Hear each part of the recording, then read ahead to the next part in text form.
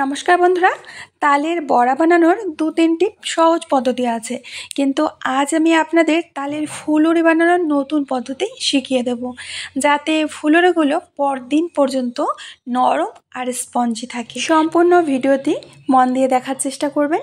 তাহলে চলুন দেখে নিন কীভাবে আমি এটা তৈরি করেছি। আশা করছি আপনাদের সবার ভালো লাগবে।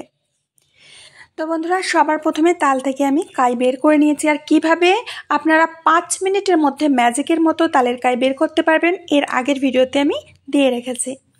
তো এখান থেকে বড় বাটির 1 বাটি তালের কাই আমি নিয়ে নিয়েছি। বন্ধুরা, ভিডিওটি কিন্তু অবশ্যই দেখে নেবেন, আপনাদের ভীষণ কাজে আসবে। তো একটা থালার মধ্যে আমি নিয়ে নিচ্ছি 500 গ্রাম মতো ময়দা। ময়দার পরিবর্তে তোমরা এখানে চালের গুঁড়ো দিয়েও করতে পারবে পিঠাটা। তো এখানে ময়দার মধ্যে আমি দিয়ে দেব বড় 1 বাটি তাল। তালটা কিন্তু আটা বা জাল করা তাল নয়, এই তালটা কাঁচা তাল। 500 গ্রাম যদি ময়দা নেন তাহলে 500 গ্রামের মতোই তালের কাই নিতে হবে। এখন ময়দার সাথে তালের কাইটাকে খুব ভালো করে মিশিয়ে নেব বলতে এখানে ডো তৈরি করব না, এই ময়দাটাকে তালের সাথে মিশিয়ে একটা ঝুরঝুরে টাইপের করে নিতে হবে। দেখুন, ঠিক এরকমটা করে নিতে হবে প্রথমে। এরপরে আমি অল্প অল্প জল দিয়ে ডো তৈরি করে নেব। বন্ধুরা, ভিডিওটি মন দিয়ে দেখবেন। এইভাবে যদি আপনারা তালের ফুলুরিটা তৈরি করেন, একেবারে নরম হবে, স্পঞ্জি হবে, আর 2 থেকে 3 দিন পর্যন্ত এরকমই স্পঞ্জি নরম থাকবে। ঠিক আছে, দেখতেই পাচ্ছেন, একটু সময় নিয়ে এইভাবে ডোটাকে একদম চিকন করে মেখে নিতে হবে। তো এটা এখন আমি একটা গামলার মধ্যে ট্রান্সফার করে নিচ্ছি। তো এখন কি দিতে হবে চিনি। চিনির কোনো পরিমাপ নেই। যদি চিনিটা বেশি খান, মানে মিষ্টি বেশি খেলে একটু বেশি দেবেন, কম খেলে কম দেবেন, সামান্য লবণ দিয়ে দেবেন। তো এখন চিনিটাকে খুব ভালো করে এই ডোয়ের সাথে মিশিয়ে নিতে হবে। আগে থেকে এখানে আর কোনো তাল বা জল দেবার দরকার নেই। আর তাল তো দেবেনই না, তাল দিলে ফুলুরিগুলো খেতে একটু তেতো তেতো লাগবে। চিনিটাকে খুব ভালো করে মেখে নেব। চিনি থেকে এমনিতেই জল গলে, আমরা সবাই জানি। প্রথম দিকে জল দেব না, প্রথম দিকে চিনিটা খুব ভালো করে মেখে নিতে হবে। আর দেখতেই পাচ্ছেন, চিনিটা মাখতে মাখতে আমাদের ডোটা একেবারে কিন্তু নরম হয়ে গেছে।